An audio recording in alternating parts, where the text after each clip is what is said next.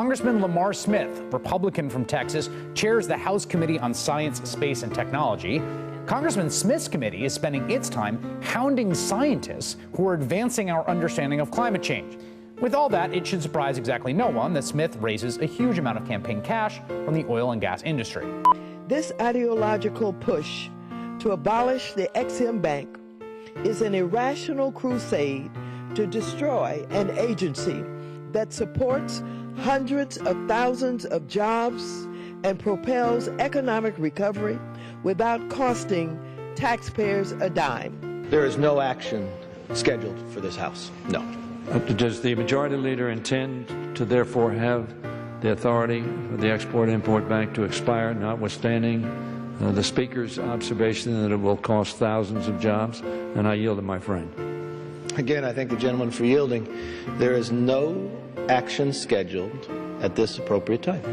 When I go to Germany and they've outlawed the swastika, I look at them and I think, we have a First Amendment. This is the flag of a former enemy of the United States that was based on the abuse and death of a certain kind of people. There's no place for that in modern political discourse. Mr. Speaker, the Republican budget that has been released today should be called Work Harder for Less.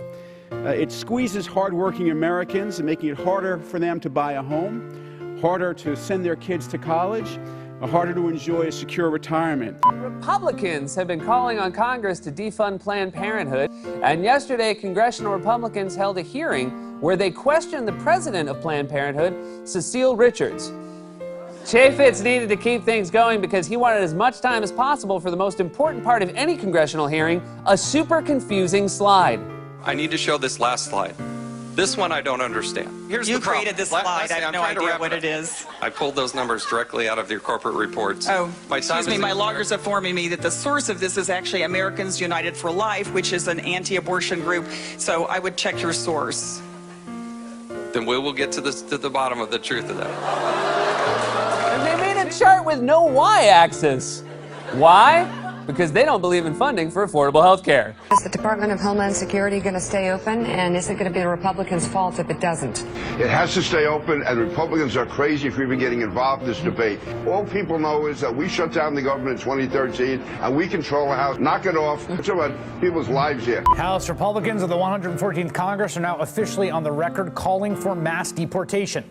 By a vote of 236 to 191, Republicans passed a Department of Homeland Security funding bill that included an amendment to block the president's executive actions on immigration that would shield around 4 million people from being deported. It is disappointing and alarming that House Republican leadership is following Donald Trump's lead on immigration. What's going on with House Republicans? Should Paul Ryan take the job of Speaker? It's a mess. Even among people who are the most loyal Republicans, a real question. If this party can't govern itself, why should I trust them to govern the nation? We have never had a congressional partisan carnival like this over an attack on a U.S. outpost overseas. Never.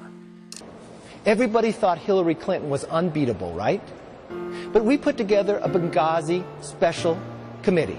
What are her numbers today? The gun violence epidemic is a public health crisis that we have a responsibility to address. These same people whom we did not allow to fly could get into a store right now in the United States and buy a firearm, and there's nothing we can do to stop them. I think we need to take a pause and see what's happening. I know, I hear you, Mr. Speaker. We all hear you, but I've heard many people have stopped me and said this.